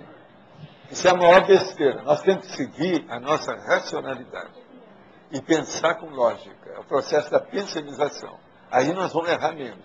A intuição pode ajudar muitas pessoas, principalmente a jogar no buraco e a repetir as coisas. Fazer a auto-mimese dispensável. Mas eu estava pensando também em algumas circunstâncias assim, que você tem essa primeira ideia, aí vem alguns padrões de pensenes na cabeça, que são aquela primeira reação. Isso pode fazer um autodiagnóstico. Olha, quanto mais novo você seja, menos valor você deve dar para isso. Quanto mais velho você seja, mais valor você deve dar para isso. Por exemplo, a minha primeira impressão das coisas hoje é muito melhor do que quando eu tinha 10 anos. Não, experiência. Hoje eu tenho meu parapsiquismo mais desenvolvido, sei o que é. O que você pensar já ocorreu. Raramente vai acontecer uma coisa que eu já não vivi aquilo. Todo precedente, todo exemplo já passou por mim. Está entendendo? Olha, esse ano, por exemplo, nós estamos agora no meio do ano. Eu não lembro de nada novo que tenha acontecido aqui comigo. Nada. Nenhuma coisa nova. A não ser processo extrafísico. Que às vezes é uma ideia, uma coisa ou outra. Algum livro que eu vi, uma ideia, um troço. Mas coisa nova, assim, para mudar, é muito difícil. Agora, você sabe, eu leio todo dia, escrevo todo dia, penso sem parar. Por incrível que pareça, eu penso sem parar. Vocês são assim? É tão negócio. Vocês pensam sem parar? O problema agora, depois, a segunda pergunta era essa, mas eu estou primeiro perguntando, porque tem gente que vai falar, não, eu não penso. E como o senhor vê assim, o holopensene pessoal e o mater pensene influenciando nessa primeira preocupação da pessoa? O mater pensene, ele pode ajudar muito e pode piorar muito, depende do que é. Se uma pessoa, por exemplo, ela tem um mater pensene que está dentro do universo da interassistencialidade, ela vai acertar muito mais em tudo que ela tiver contato, seja com pessoa, com ambiente, com ideia, com tudo. Porque, antes de mais nada, ela vai colocar na frente a interassistencialidade. Ela, então, vai ser positiva. Já começou com o pé direito certo, o caminho certo, na direção certa. Então, aí muda tudo. Agora, precisa de ver esse mapa pensando. Uma pessoa, por exemplo, você vai a Brasília, o povo olha para você e quer ver qual o interesse que tem. Eles olham na sua testa se pode sair algum cifrão. Da sua cabeça, pode sair algum cifrão para mim? Como é que é? Ele pode me arranjar um emprego? Que maracutaia que ele pode fazer comigo? Ele influi em algum ministério? Onde é que eu posso dar? Lá é assim. Nos hotéis lá que eu ficava em Brasília, eu subia e descia elevador e ficava assim no salão para ver o lobby, sabe o hall da história, para ver o que é que havia. A maioria desse jeito. Então ali passa político, tudo quanto é jeito, e o povo. E outra coisa, é o lugar que mais pergunta o que é que o senhor deseja, quem é o senhor, como é que é. Porque eles querem saber quem é você para ver se. E quase sempre tem uma desculpa. Não, eu estou esperando o fulano, pensei que fosse o senhor. Eles estão sondando para ver quem é você. Outra hora eles chegam, em capital de país é que é assim, eles chegam lá na recepção e perguntam, quem é aquele fulano que está ali? Eu já passei por isso tudo. No Washington é assim, nos hotéis, em Brasília é assim, em Paris é assim. Você está entendendo? Devido o quê? Interesse político, econômico, financeiro, de poder, de alguma coisa. Então você veja, isso é um mata-pensene horrível. Agora, é o holopensene que cria esse mata-pensene. Nesse caso aí, o holopensene da pessoa querer tirar vantagem, né? Já vê o que eu vou ganhar naquele caso. Agora, no Brasil, em Brasília, é a capital do tirar vantagem em tudo, né? Lá é técnica, né? O negócio é sério. É porque, na verdade, professor, eu estava pensando assim, essa condição da assistencialidade que o senhor colocou me ajudou no seguinte sentido. Você já tem essa ideia, vamos dizer assim, esse apriorismo positivo, no caso, não sei se poderia falar dessa maneira, de encarar aquela coisa sobre um enfoque mais positivo, né? Você pode, qualquer fato você pode analisar sobre uma ótica negativa. Agora, eu, por exemplo, eu raramente erro nas minhas primeiras impressões e na primeira preocupação. Raramente. Hoje, cada minha idade. Por exemplo, as coisas que eu tenho falado sobre primeira impressão e os troços todos, eu errei em quê?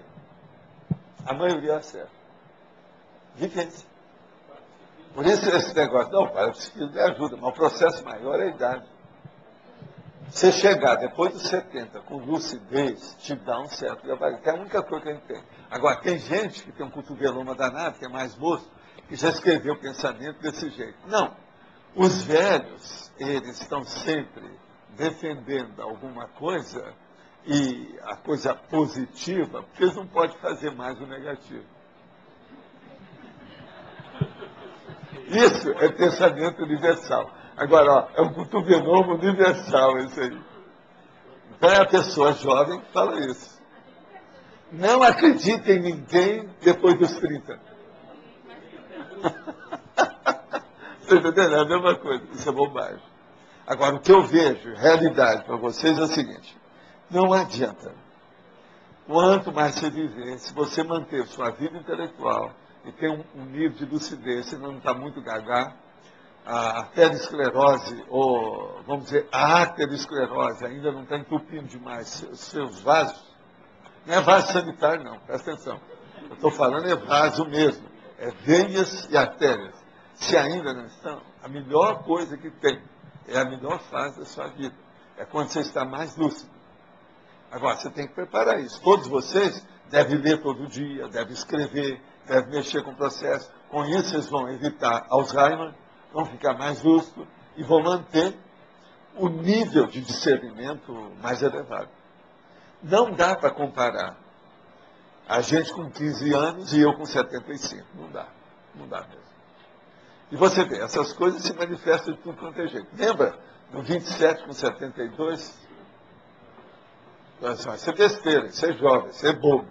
Não é por aí. Então é um problema de imaturidade. Essas coisas existem. Agora, outra coisa. A tendência de todo mundo mais jovem, devido à energia, e como diz no filme americano, não são os hormônios que estão em evolução, estão em ebulição. Não, os hormônios dela estão em ebulição. Cuidado com ela. Entende? Quanto mais jovem a pessoa, mais precipitada, impulsiva e ansiosa ela é. A tendência é essa. Não é todo mundo assim, mas a maioria mais jovem. Com a idade, isso vai assentando. Você também cansa. Cansa de você ver tanta gente errada, de ver tantos seus erros. Primeiro você vê os seus erros. Depois você vai vendo os erros das outras pessoas. Então você fica mais humano, você abençoa mais, você perdoa, você releva. Entendeu? Outra coisa, não fica pensando em levar o cara para a forca ou dar um tiro nele. Tem muito jovem que não aguenta. Vê que tem uma injustiça, na mesma hora quer pegar um trabuco. Por isso que tem tanto crime, tanta coisa. Agora, uma pessoa de idade já não é assim. Ela já tem vivência. Então, o problema de envelhecimento, eu quero dizer para vocês, a coisa mais séria é saber envelhecer. Porque envelhecimento, ele é inevitável. É doença igual a mocidade. Não tem saída.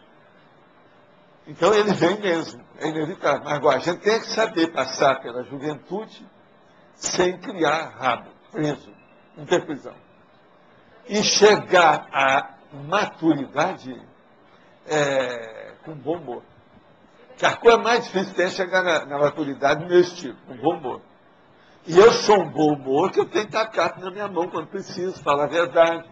Mas eu sou de bom humor, querendo ou não, vocês não podem falar que não. Posso ser exigente para um, para outro, mas sou de bom humor. Eu procuro ajudar, a intenção é boa. Senão vocês não estariam aqui. Você já pensou, senhor? Como é que é? Se eu usasse uma palmatória aqui, ninguém ia ficar aí. Mas fala. Professor Valdo, aqui na priorologia, número 2, o senhor colocou aqui autopesquisologia. O senhor coloca aqui, o racional não é se preocupar, em primeiro lugar, com o neoparadigma consciencial, e sim com as autopesquisas e a vida continuada depois da desativação do próprio corpo humano. Onde é que está isso? Fala para mim que eu não sei o que você está falando. Página 81. 81? O número 2. Número 2. Autopesquisologia é essa? Sim. O racional não é se preocupar em primeiro lugar. Isso aqui já perguntaram aqui hoje. Não é o neoparadigma consciencial, e sim com as autopesquisas e a vida continuada, depois da desativação. Essa que é a pergunta sua, nós falamos que alguém ia perguntar. Então, é com o corpo humano, que é a autopessoa inevitável, menosprezada pelos cientistas convencionais. Quer dizer, o racional não é se preocupar em primeiro lugar com o neoparadigma consciencial, não. É ver a sua pesquisa. Porque o neoparadigma consciencial é a sua pessoa, é a sua consciência. É você que está pesquisando você antes de mais nada. Então não se preocupe, porque isso é a teoria dele, isso é a teoria apenas, não resolve. O problema é vivenciar a experiência. A experiência, ela é teática. Agora, demorou, mas apareceu, olha lá. Mais de hora para o negócio aparecer, quase 1h30. Que nós falamos que alguém ia perguntar sobre isso. Ela falou. Obrigado. Nós já estamos conhecendo nossa... Não, como é que chama? Não é clientela. Conheço o meu gado, é isso, da de Uberaba. Da exposição agropecuária. Não, conheço o meu gado, não é assim. Agora, com relação a uma entrevista para emprego, o grau de comprometimento com relação ao contratado e ao contratante, gostaria que aprofundasse mais essa relação, a primeira impressão. Olha, hoje já tem livros, revistas e artigos, é só pegar na internet, como a pessoa deve usar para fazer uma entrevista para emprego. A primeira coisa é ver o seu currículo pessoal. Segundo, a sua apresentação pessoal. Terceiro, o modo de você se comunicar. Essas são as 3 coisas que tem. Agora, ó, tem dezenas de observações sobre isso, e elas são muito inteligentes hoje. Tem livros, tem artigos, e lá ó, é só chegar e ver essas coisas, que lá no Cosmograma já tem um monte de coisa. A Holoteca também tem um monte de livros sobre isso. Agora, veja, em primeiro lugar, como fazer um currículo. Existem técnicas para se fazer um currículo bem feito, que não pode ser qualquer currículo hoje. Quando o currículo é mal feito, você sabe que eles nem vê. Já é julgado na lata de lixo, na hora. Principalmente quando tem um emprego, que é muita gente, dezenas de pessoas que estão atrás. Não, sintético, direto, lógico, racional e correspondente ao objetivo. Antes de abrir o shopping, parece que o pessoal do shopping recebeu mais de 3.000 currículos. Foi, né? Então imagina. E eles admitiram quantas pessoas? Eu acho que foram umas 1.000. 1.000? Acho que sim. Sobrou sim, muita gente. Sim. Quem sabe disso acho que sim. Agora, a coisa mais séria aí é essa. Na questão da pessoa. Ela tem que ver, eu vou repetir aqui para a pessoa. Currículo, sua apresentação pessoal e a sua comunicabilidade. O modo de você falar, o jeito que é. Isso são as 3 coisas mais sérias que tem. O mais é detalhe. Professor, queria entender melhor aqui na fatologia, sim, final da 2ª linha, o pichamento... Pichamento pelo desimportante. Você poderia dar um exemplo disso? Isso é uma opção de coisa. Por exemplo, a pessoa que chega e vê na outra um problema que ela está com uma mancha na camisa. E aquilo já cria um problemão para ela. Está entendendo? Isso não tem importância nenhuma, é uma coisa secundária, e sai na diurese. Às vezes foi a hora que entrou ali para conversar com ela que o material da pessoa que está fazendo a entrevista é que sujou. Você está entendendo? Pois é. Agora, pichamento. Você sabe o que é pichamento? Não. Pichar. Sabe o que é, não? Hein? Não, pichar não é isso não. Eu ia mesmo, você tem razão. O povo não está sabendo o que é pichamento. Outra coisa, você já viu que pichamento está em itálico? Que é para mostrar. Quem é que vai falar? Qual é o carioca aí que vai falar o que é pichar? Você, fala. Difamar. Que mais? Que mais? Falar mal. Que mais? Falar mal. Que mais? Isso é que é pichamento. Pichamento. Encher você de matéria escura. Pronto. Isso é o pichamento. É o piche. Tá certo? Fazer uma... Pois é, não. Isso aí também é o pichamento. E na 4ª linha, o assodamento da imaturidade consciencial. Sim. Assodamento é uma palavra muito usada em Brasília. Os políticos adoram isso. Qualquer coisa é assodamento. Foi muito assodado. Sabe o que é assodamento? É a precipitação. Andar depressa com o processo. A impulsividade. Isso é assodamento.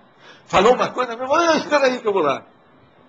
Às vezes a gente tem que agir rápido. Vocês viram hoje como é que eu agi rápido com o Você acha que eu fui soldado? Pois é, você está vendo? Cheguei lá e comecei a bater para chamar a atenção, porque eu não ia. Se eu fosse mexer com chave, até abrir a porta, um milhão de coisas, chamei na hora, gritei. Isso é expediente. É aquele negócio que eu falo da mulher dentro do túnel, entende? Ali tinha que ser, porque senão o meu medo era um cachorro chegar e... como é que ia? Então é isso. Ó, está precisando de um microfone ali atrás. Professor, qual que é a relação aqui desse verbete com higiene consciencial? Ele está aqui na penúltima linha da fatologia, né? A higiene consciencial é importantíssima, né? O modo de você pensar. Se você pensa higienicamente, corretamente, de uma maneira equilibrada, você vai ter menos erros e as suas preocupações não vão ser tão erradas. A sua primeira preocupação quase sempre vai ser certinha. Não vai ter tanta... Entende? A higiene consciencial ela é básica. É igualzinho o estado vibracional. O estado vibracional serve para manter a higiene consciencial da pessoa, a partir das energias. Isso mexe no corpo, mexe na cabeça, mexe no mental soma, mexe nas emoções. Porque, por exemplo, o EV profilático, nem sempre, não sei se você conhece o conceito de pensamento automático, né, da terapia cognitiva, que a pessoa ela tem processo de, às vezes, estar numa situação e já cai num pensamento meio patológico direto. Não, mas essa é doente. Essa aí é doente. Nós não estamos contando com isso. Nós estamos contando com você que está querendo aprender uma coisa nova. Sim, é isso que eu ia falar. A higiene consciencial manda isso aí para aquele lugar. E sai mas não evitou de ele entrar ali. Pois é, mas não tem higiene consciencial essa pessoa. Ela não tem. Não tem. Não tem. Não é, então é antes disso ainda. A higiene consciencial ela é básica para tudo. Por exemplo, o EV é uma das coisas que estão junto da higiene consciencial. A segunda coisa, que aconteça o melhor para todos. É você ter um pensamento de mega fraternidade interassistencial. Isso também é bom. Está no início do princípio do começo de tudo. Primeiro passo. Tá certo? Sim.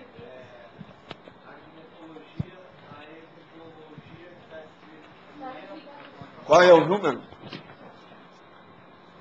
Argumentologia. Isso. O que é que você quer? Ali na exemplologia está escrito primeira preocupação primária, né? Sobrevivência humana instintiva pessoal. Tá. E isso aqui está relacionado com a Consim e com a Consciex. Qual que é a primeira preocupação primária? A coisa mais séria aqui que nós estamos falando é a Consim. Tá, e da Consciex? É, humano. Agora, a Consciex, a primeira preocupação dela qual é? Pensa, qualquer um sabe. É pensar bem, porque todo mundo vai saber o que a pessoa está pensando, se ela está num ambiente bom. Se ela está já no inferno, o problema é dela, não precisa pensar nada. Ela já está sendo pensada. Pensar bem. É lógico. Então, pensar bem é bom para toda a consciência. É higiene consciencial. Higiene consciencial serve para todo mundo, inclusive para a consciência. Até para o transventor, certo? Nós todos. Faz parte. Está de acordo? Pô. Nesse ponto eu assino. É isso? Estou de acordo. Nesse ponto. Quem é que está aí com o microfone? Pode falar. Professora, a patologia, a terceira linha, de baixo para cima, os mecanismos de defesa do ego. Eu queria entender a relação deles com a primeira preocupação, que é a primeira defesa que se manifesta? Não, uma pessoa, por exemplo, ela é miserê. Então uma outra vem com tudo mole para falar com ela. A primeira preocupação dela, tem que defender meu dinheiro. Esse cara quer me dar uma facada. Você sabe o que é facada? Facada é quando você vai pedir dinheiro emprestado para alguém. Estou te dando os casos clássicos do Nelson Rodrigues. Tá certo? Tá certo? Você começou a entender, não? Se explicar mais? Sim. Isso se aplica também aos mecanismos de defesa da tudo, psicologia. se aplica a tudo, que é um mecanismo de defesa do ego. Então o cara quer miserê, quer defender os caraminguás dele, os níqueis, o rio metal. Então ele já está com medo. Então a primeira preocupação foi essa. Aí o cara chega para ele e fala assim, escuta, eu estava pensando em te dar um presente. Pronto. Aí desmonta o cara. Ah, mas não diga o que é. Na mesma hora, o que é? Muda tudo. Agora, essas coisas todas são muito comuns. Tudo isso acontece. Agora, gente, se todo mundo falasse o que pensa, a Terra não ia durar um dia. Por isso é que é difícil. Agora, nas comunidades evoluídas, todo mundo é tudo igual. Por isso é que a maioria de nós todos não estão preparados para essas comunidades. Está entendendo? Nós temos que começar a pensar corretamente para alcançar comunidades extrafísicas evoluídas, equilibradas. Por quê? Se a gente for lá, nós mesmos não vamos nos sentir bem. Eu já vi cara, e mulher também, que tiraram do corpo e colocaram com bastante lucidez. A hora que chegou no lugar desse, a pessoa ficou, era falante, tudo, não expôs nada. Ficava só de olho. Autodefesa absoluta, total. Agora, quando chega no nível desse, quase sempre a pessoa vai dar um problema nela, tem que trazer para o corpo. E só. Agora, uma boa parte, às vezes, é medo. Outra parte é autodefesa egóica. Porque tem pessoa que sabe que está errada, mas ela não quer consertar. Ela mesma fala assim, não, esse ano eu não cuido disso, isso aí eu deixo para o ano que vem. Agora, aí é um problema. Valde, como funcionava essa higiene pensênica, esse pensar lá no Pombal com a gente? Não, lá tem gente de todo tipo, né? Tinha gente que era trazido, igual maca, com o processo de habilitação. Está entendendo? Gente para ser assistida, tinha gente de todo tipo. Que você falou que uma das coisas aí que predominava era a gente se abraçar muito, a gente se... Já tinha muita cordialidade. Isso. Porque com o tempo todo mundo vai melhorando, né? Melhora tudo. Mas a gente precisava de um nível mínimo de pensanidade para ficar no Pombal ou não? Como é que isso funcionava? Precisa. Cada comunidade dessa precisa de um nível de consciencialidade para isso, de acordo com aquele nível dela. Senão a pessoa não aguenta ficar lá. Você vê logo, a própria pessoa vai falar que ela está se sentindo deslocada. Entende? Ela é um elemento estranho no meio de todo mundo. Então... Não, assistir ele vai porque já tem possibilidade, ele quer melhorar. Então, a tendência dele é participar de tudo de uma maneira positiva. Faz força. Eu esqueci a pergunta.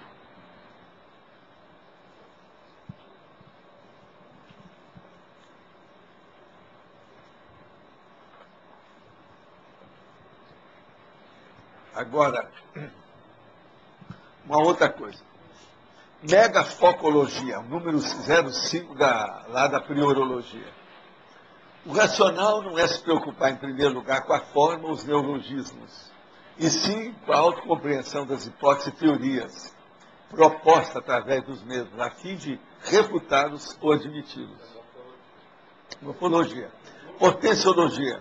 O racional não é se preocupar, em primeiro lugar, com os conscienciólogos, em si, e sim com as obras boas ou menos boas de tais personalidades. Saudologia. O racional não é se preocupar, em primeiro lugar, com o saldo da ficha evolutiva pessoal do companheiro evolutivo ao lado, e sim com o saldo da própria ficha. O racional, a somatologia, não é se preocupar, em primeiro lugar, com o visual do voluntário recém-chegado, e sim com os potenciais da personalidade em foco. Deponologia. O racional não é se preocupar, em primeiro lugar, com as ideias avançadas apresentadas, e sim com as possíveis aplicações práticas, imediatas ou úteis das mesmas ideias. Então, veja, aqui, só isso aí já dá uma ideia do que nós estamos querendo falar com a inteligência da primeira preocupação. Você tem que perguntar para você o seguinte: a maior parte das minhas primeiras preocupações, elas são racionais ou irracionais?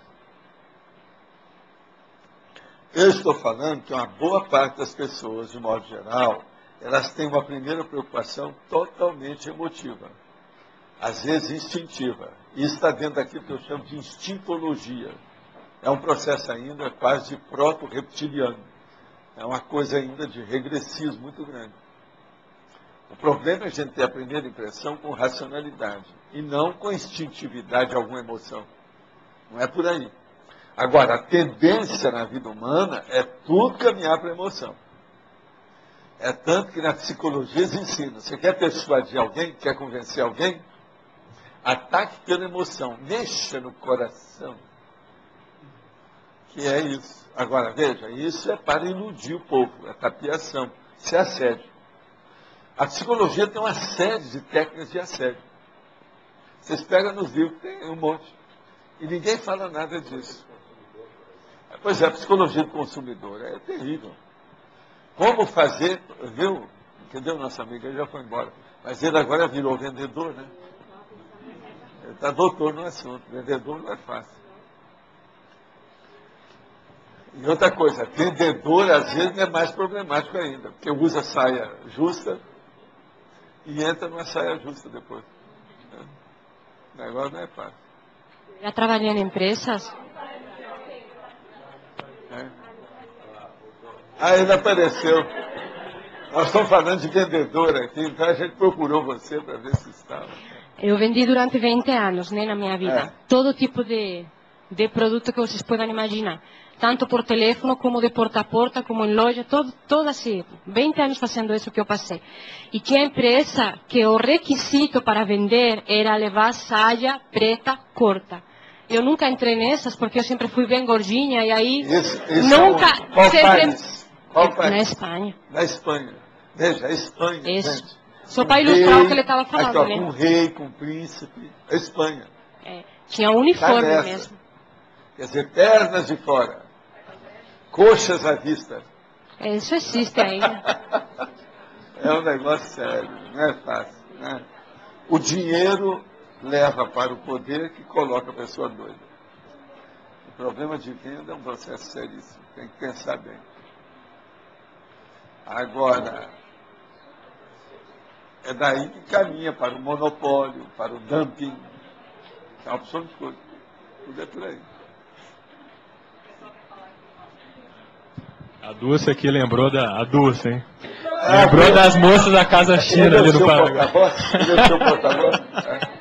É, porque depois da Ellen tá vendo, vai criar problema pra mim, entendeu? É que a Dulce tá lembrando aqui das moças da Casa China ali no Paraguai, lá que vem. Aonde que é isso? Casa China ali no Paraguai. Ah, é? Paraguai.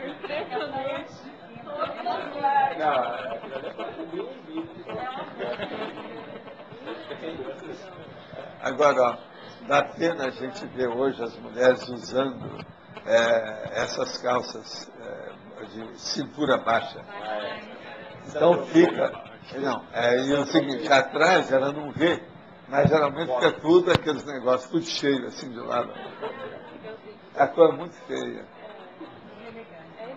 Agora, veja, é igualzinho pochete na barriga. Gente, tem coisa que não presta mesmo. Não adianta fazer maquiagem, não tem jeito.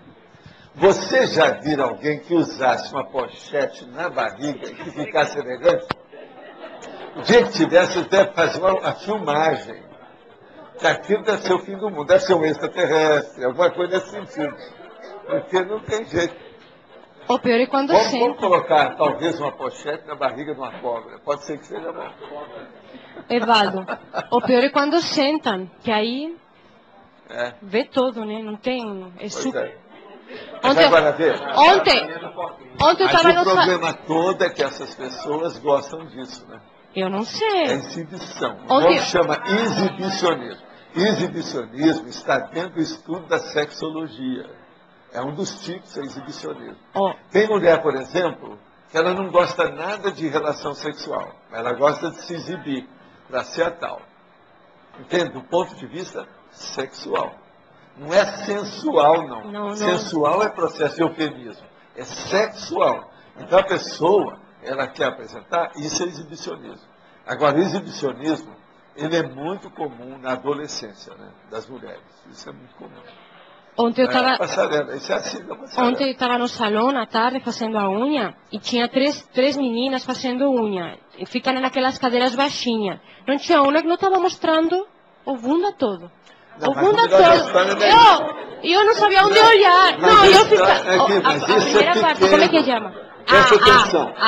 Você Não. já foi ao shopping, já viu o que está acontecendo lá? O quê? A hora que você entra numa das portas do shopping, à esquerda. Não vi. Entra nas duas portas e olha à esquerda. Tem uma delas que você vai ver as donas todas cheias de papilote, com o negócio todo, esticada no salão de beleza, exposto. Não vi. Aquilo é a maior falta de educação que tem. Já teve gente comigo que tem uma cultura europeia mais refinada, finesse, etc. Chegou para assim, nós não entendemos isso que o brasileiro faz. Eu não entendo. Outra coisa, em Hollywood, nos Estados Unidos, lugar fino, não tem nada disso. Nem nos Estados Unidos Não, não você tem. não tem proteção Agora lá não, nenhuma. as mulheres estão lá mexendo tudo. Agora veja, aqui tudo é exibicionismo. Ali é exibicionista profissional de quem faz aquilo E e da o quem está exibicionista fazendo. da clientela de quem se submete àquilo. Agora, que é uma coisa vomitiva, Eu já tive vontade de chegar lá, filmar, fotografar, para mostrar. Olha, isso é coisa de Foz, que é o nível que nós temos aqui em matéria de plástico. Uma hora eu quero falar até com a Miriam, porque a Miriam não está lá. Isso aí não é o da Miriam, não. Não, eu não. Agora, veja. Isso aí.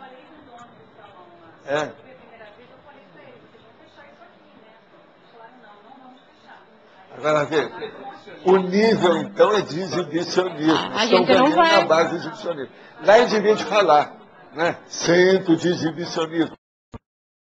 E assim por diante. E nós, depois eu me tornei ambientalista, ecologista, eu era técnico agrícola e ajudava nas pesquisas, saí fora de tudo e sofri porque não fazia as coisas tudo ecológicas. Até hoje tem assim umas pendengas disso porque não eram muito aceitas as coisas ecológicas. E há 40 anos eu vinha trabalhando nesse processo de diminuir os tratamentos. Fiz até um trabalho numa prefeitura e consegui reduzir 50% dos tratamentos no pêssego e nas ameixas em geral, em Campestre da Serra do Rio Grande do Sul, porque esse pessoal recebia, em vez de assistência técnica, os vendedores de pesticidas. Mas, pô, eu estava perguntando para ele, talvez nós vamos poder plantar temoia aqui. Você pensou em plantar temoia? Seria bom plantar temoia. Você vai estudar isso para nós. Vamos dar um jeito de fazer aqui um pomar de temoia. Eu queria só dar um toque do que se falou, se descascar as frutas. Desses 28 produtos que são aplicados, de contato direto tem apenas 10. Que ficam ao redor e são os menos tóxicos. Os mais tóxicos são de ação de profundidade. Que entram, não deixam nem nascer nada, nem fungo, nem nada dentro da fruta. E como as frutas são colhidas antes do tempo para ir para o mercado sem dar problema, quando a gente tira uma fruta do pé, ela não despacha mais o produto que foi infiltrado dentro da fruta. Amadurece, mas o pesticida, a fungicida fica dentro, porque tem adesão, age lá na semente. A partir desse momento, quando eu descobri isso, nunca mais eu descasquei uma fruta, só lavava, porque não adianta. O pior veneno está dentro. Mas agora, em certos lugares, de qualquer maneira, a casca é pior. De profundidade. A concentração penetram dentro, circulam na seiva da planta e na fruta. Seria bom. Você podia dar uma aula aí, um curso para tudo. Seria bom. Não, ele vai mexer com orgânico, ele é doutor no assunto. Os orgânicos são tratados apenas com produtos de micronutrientes e não tem nenhuma ação de profundidade.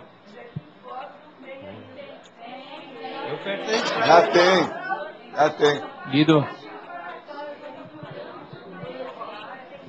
Guido, você que você falasse para nós com relação... Estamos aguardando você de braços abertos, tá certo? Eu gostaria que você falasse se ele é uma parador intrafísica que nós vamos ter aqui. Se as verduras são passíveis de desintoxicação. A alface, por exemplo, leva 40 dias para 30 dias fica pronta, né? Se lavar, na alface, normalmente nessas verdes, folhas verdes, não são usados fungicidas de ação de profundidade, porque não precisa. O contato elimina todo o processo, né? E hoje, não, em folhas verdes, não precisa usar inseticida, agrotóxico nenhum, quer dizer. O que tem problema são no solo tu aplicar, tem nematóides dentro do solo que destroem todas as pequenas raízes dos tubérculos, né, da beterraba e da cenoura. E quem coloca isso mata todos os micro-organismos ao redor que existem no solo. E eles se precipitam e chegam no lençol freático da água. Até nos poços artesianos de 300 metros de profundidade. Esses aí são produtos específicos que o nematóide é invisível. Ele penetra na raiz das plantas e se percebe depois que a planta, que não é, existem os nódulos nas leguminosas da raiz, que são simbioses, né? São bactérias simbiontes que fazem troca, essas são boas.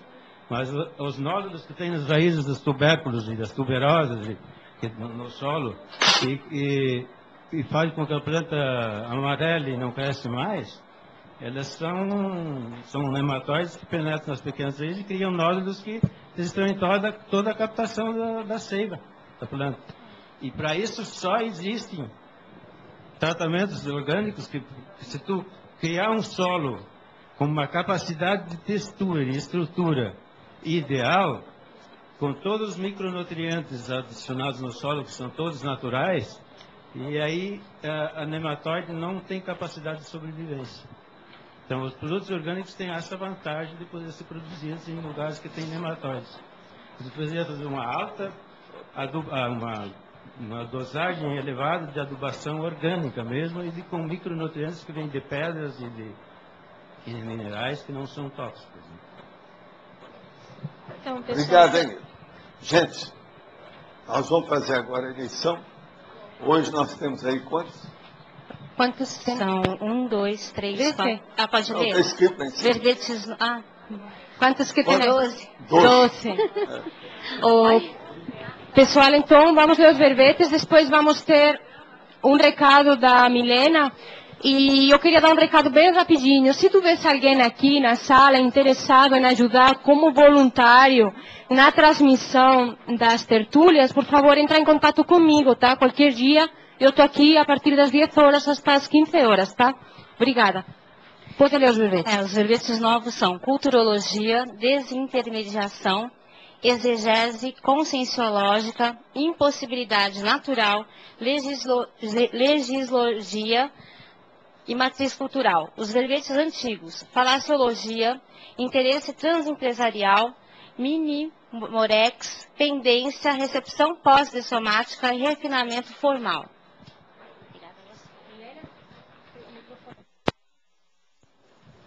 Quero lembrar a todos que nesse final de semana vai acontecer o curso Identificação das Diretrizes da Proexis, né, o sábado o dia todo e domingo pela manhã. Então, as inscrições estão sendo feitas lá na Apex. E o objetivo do curso é estar ajudando a pessoa a identificar a linha pessoal da Proexis, a estar identificando a identidade interassistencial. Então, as inscrições estão sendo feitas lá na Apex, com os voluntários. É das 8h30 às 10 horas da noite e no domingo às 8h30 até às 11h30 da manhã. E eu quero lembrar para o pessoal de São Paulo que esse curso também vai ocorrer lá nos dias 23 e 24 de agosto. E quem tiver interesse em fazer as inscrições, procurar o Centro Educacional do IIPC de São Paulo. Obrigada.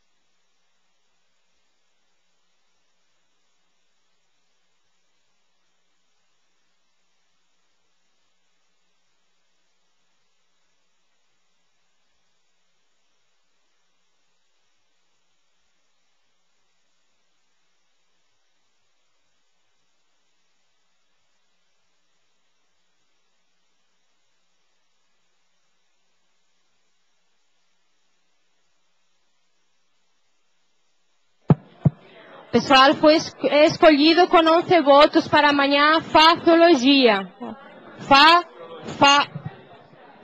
Falaciologia com 11 votos.